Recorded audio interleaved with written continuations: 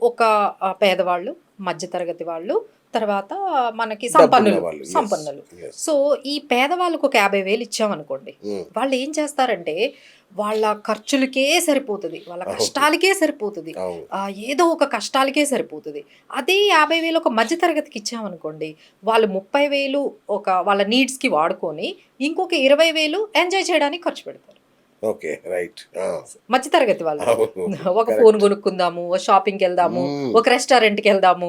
వీళ్ళు ఆలోచన వాళ్ళకి ఎంత డబ్బొచ్చినా ఒక 50%, 60% వాళ్ళ నీడ్స్‌కి పోగా అవును. మిగతాదంతా కూడా ఏ కార్ కొనుక్కుందాం, ఏ ఫోన్ కొనుక్కుందాము, ఎలా ఎంజాయ్ చేద్దాము, ఏ రెస్టారెంట్‌కెళ్దాము, ఏ అవును. వెకేషన్‌కి వెళ్దాం.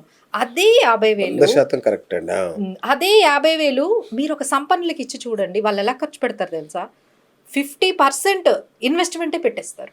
ఓకే.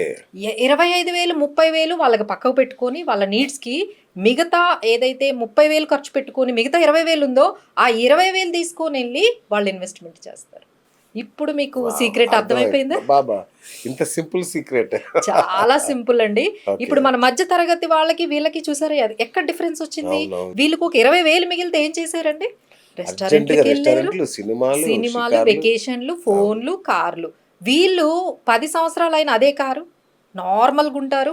బ్రాండెడ్ క్లోత్స్ ఏమి వేసుకోరు. అవును. అదే ఇంట్లో, అదే 2 బెడ్‌రూమ్ ఇంట్లోనే ఉంటారు. అవును. వచ్చిన ప్రతి డబ్బుల్ని ఇన్వెస్ట్‌మెంట్‌కేనే కన్వర్ట్ చేస్తారు. అవును. అంటే వీళ్ళు ఆస్తులను పెంచుకుంటున్నారు. వీళ్ళు అప్పుల్ని పెంచుకుంటున్నారు. ఇంతేనండి. దట్స్ అబ్బా! Simple secret. టోటల్ భగవద్గీత రహస్యం ఇదే.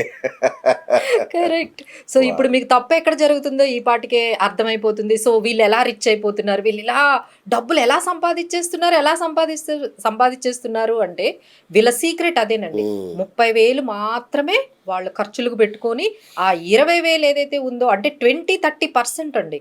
వాళ్ళకొచ్చిన ప్రతి రూపాయిలో 30 పైసలు తీసుకొనెళ్ళి ఇన్వెస్ట్‌మెంట్ చేసేస్తారు. అబ్బబ్బబ్బా! సూపర్. సో, దీనివల్ల వాళ్ళేం జేస్తున్నారు, ఆళ్ళ ఆస్తుల్ని డబుల్ చేసుకుంటూ, మళ్ళీ దాని మీద నుంచి ఇన్‌కమ్ ఒచ్చిందనుకోండి, మళ్ళీ రైట్. ఆ ఇన్‌కమ్‌ని దాన్ని మళ్ళీ ఇంకో మళ్ళీ దగ్గర ఇన్వెస్ట్ ఓహ్! చేస్తారు. ఓకే. మళ్ళీ దాని మీద ఇన్‌కమ్ ఒస్తుంది. మళ్ళీ ఇంకో దగ్గర ఇన్వెస్ట్ చేసుకుంటూ ఎళ్ళిపోతూ ఉంటారు. ఇప్పుడు షేర్స్‌లో పెడతారు, అవును. డివిడెండ్స్ ఒస్తాయి. అవును. రియల్ ఎస్టేట్‌లో పెడతారు, రెంట్‌లొస్తాయి. ఇలా ఎక్కడి నుంచి వస్తూ ఉన్నదాన్ని మళ్ళీ ఇన్వెస్ట్‌మెంట్‌లు చేసుకుంటూ వాళ్ళు డబల్ అయిపోతున్నారు. సో, ఇలా మనం చూసుకున్నట్లయితే ఇలాంటి వాళ్ళు 1% ఉన్నారండి. వాహ్! వాహ్! సూపర్ అండి. ఓహ్! అయితే సమాజంలో ఇప్పుడు నేను గమనించిందేంటంటే మేడం, హ్మ్. నేను హ్మ్. సగటు మనిషికి ప్రతినిధి నేనే ఇంకా. Okay. Right? Okay. Yes. So, మాలాంటి వాళ్ళం మేమందరం ఏం చేస్తామంటే, డబ్బు కోసం నిర్విరామంగా కష్టపడుతుంటాం. హ్మ్. నెలంతా దానికోసమే హ్మ్. డబ్బు, డబ్బు 31 తారీఖు హ్మ్. ఎప్పుడొస్తదా అని ఎదురు హ్మ్. చూస్తూ హ్మ్. కష్టపడుతుంటాం. హ్మ్. కానీ డబ్బే డబ్బు సంపాదించే ఏదన్నా ఫార్ములా చెప్పొచ్చుగా? యెస్. సో, ఇక్కడ అందరికీ ఉపయోగపడేదేంటంటే, యెస్ మ్యామ్. సంపాదనతో మీరు ఎప్పుడూ ధనవంతులు కాలేరు. ఓహ్! మీకు ఎంత సాలరీ అంటే మీరేం చేస్తున్నారు? ఈ సంవత్సరం 6,00,000 సంపాదిస్తున్నారు. 10,00,000 సంపాదిస్తున్నారు. 20,00,000 సంపాదిస్తున్నారు. అంటే మీ సంపాదన పెరుగుతూ ఉంటే మీరు ధనవంతులవుతారని మీరు అనుకుంటున్నారు చూడండి. అవునవును. అదే పెద్ద తప్పు. కరెక్ట్ అండి. అవును. సంపాదన మీరు పెరిగినంత మాత్రాన మీరు ధనవంతులు కాదు. అవ్వరు. నేను చాలా మందిని చూసానండి. ఇప్పుడు ఈ 50,000 ఉన్నప్పుడు రూ. 1000 కూడా ఆయన ఇన్వెస్ట్ చేయలేడు. 10,000 ఇన్వెస్ట్ చేయలేడు. సరే మేడం నేను రూ. 1,00,000 అవ్వగానే ఇన్వెస్ట్ చేస్తానని అస్సలిగ చెప్తాడు. చూడండి అనుకుంటారు. చూడండి అవును. మేడం నేను ఆ! రూ. 1,00,000 అవ్వగానే మీకు అసలు 20,000 ఇలా అంటే ఎస్ఐపి ఆ అవును. రూ. 1,00,000 వచ్చినప్పుడు కూడా చెయ్యడాయన. చేయడు. అవును. మళ్ళీ 2,00,000 అవుతది సాలరీ. అప్పుడు కూడా చేయడు. చేయడు. అంటే ప్రాబ్లమ్ ఎక్కడుంది? సంపాదనలో లేదు. సంపాదనలో లేదు. మనం వాళ్ళ యాటిట్యూడ్. కరెక్ట్. మనం attitude towards money. Savings okay. And investments. Correct. ఆ యాటిట్యూడ్ లేదనుకోండి, మీరు ఎంత సంపాదించినా ఇంకెప్పుడవుతారండి? సంపన్నులు అవ్వలేరు గదా! హ్మ్. అంటే సంపద వేరు, సంపాదన వేరు. కరెక్ట్. ఓహ్! సూపర్. ఆ! సంపద వేరు, సంపాదన వేరు. అంటే మనమంతా కూడా ఎన్ని లక్షలు సంపాదించాలి, ఎన్ని లక్షలు సంపాదించాలి, ఎన్ని లక్షలు సంపాదించాలి. సో, ఇదే మనకి గొడవ మార్నింగ్ నుంచి ఇప్పటి వరకు మనకి ఇదే ఈ సరిపోతుంది గానీ బ్యాచ్‌లో నేను ఉంటానండి. అవును. నేను లాస్ట్ ఇయర్ 10,00,000 సంపాదించాను. ఇప్పుడు ఒక 20,00,000 సంపాదించాను. బట్ అక్కడ చూస్తే సంపదేం ఏమి పెరగల. ఉండదు. యెస్. సంపదేమీ పెరగడం లేదు. సో, దీని మీద ఫోకస్ ఎక్కువగా అంటే మన టైము అంటే 95%, 100% టైము మీరు ఎట్లా సంపాదించాలనే పెడుతున్నారు. సంపద సృష్టించడం మీద ఎంత టైం పెడుతున్నారు? హ్మ్. మనం ఎంత టైం ఇస్తున్నాం దానికి. కరెక్ట్. ఆ డబ్బు ఏదైతే వచ్చిందో దాన్ని నిలబెట్టుకొని దాన్ని డబల్ చేసుకోవడానికి మీరు ఎంత సమయం పెడుతున్నారు రోజులో?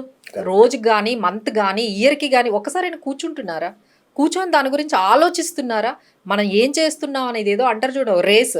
అవును. ఆ రేస్లో పడిపోయి వెళ్ళిపోయి ఓ లక్షల సంపాదనే కనిపిస్తుంది కానీ అక్కడ చూసుకునేటప్పటికి ఓకే 10 సంవత్సరాల నుంచి నేను కష్టపడుతున్నానే, నేను ఏం సంపాదించాను అని ఒక పెన్ను పేపర్ పట్టుకొని మీరు అందరు రాయండి. ఎవరైతే ఇప్పుడు ఈ ప్రోగ్రామ్ చూస్తున్నారో అందరూ ఒకసారి రాసుకున్నారనుకో, ఓకే 10 సంవత్సరాల నుంచి నేను సంపాదించింది ఏమిటి అంటే మీకు అన్ని అప్పులే కనిపిస్తాయి. అది ఏమిటంటే కారు కొన్నాను, దానికి ఈఎంఐ, అవన్నీ డిప్రిషియబుల్, అన్ని డిప్రిషియబుల్ అసెట్స్. టూర్కి వెళ్ళాను, వెకేషన్ కి వెళ్ళాము, లేదో ఫంక్షన్ చేసుకున్నాము, ఇవే ఉంటాయి. మొబైల్ కొనుక్కున్నాను, ల్యాప్టాప్ కొనుక్కున్నాను.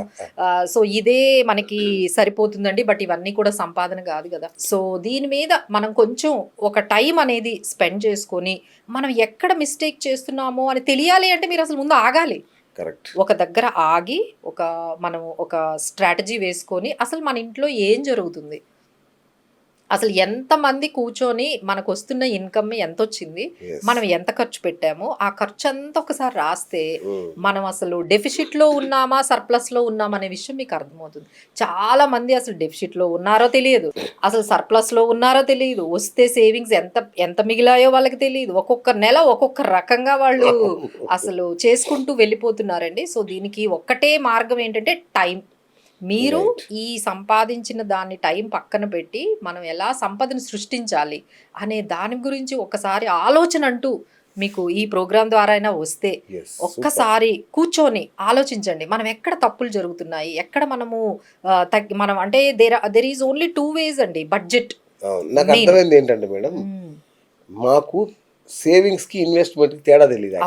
అవును. అదేంటో ఒకసారి క్లియర్ గా చెప్తారా? ఎస్. సేవింగ్స్ లో రిస్క్ ఉండదు, ఓకే. ఇన్వెస్ట్మెంట్ లో రిస్క్ ఉంటుంది. ఓకే. సేవింగ్స్ లో వెల్త్ క్రియేషన్ జరగదు, సంపదన జరగదు.